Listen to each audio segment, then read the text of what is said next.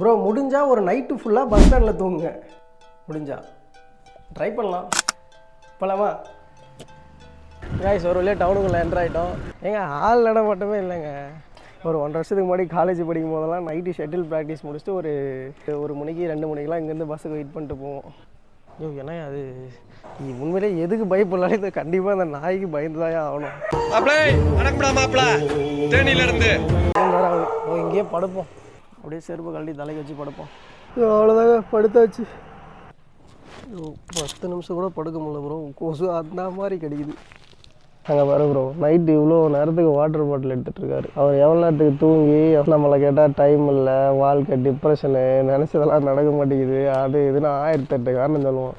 Case ஒரு வழியாக படுத்து அடைஞ்சிருச்சு. நான் இங்கே படுக்கும்போது என்னோடய ஃபோனை பற்றி மட்டும்தான் யோசித்தேன். ஏன்னா எனக்குன்ட்டு இருக்கிறது இங்கே அது ஒன்று மட்டும்தான். ஏன்னா எங்கிட்ட தொலைக்கிறதுக்கு காணாமல் போகிறதுக்குன்னு இருக்கிறது அந்த ஃபோன் மட்டும்தான். அது இல்லை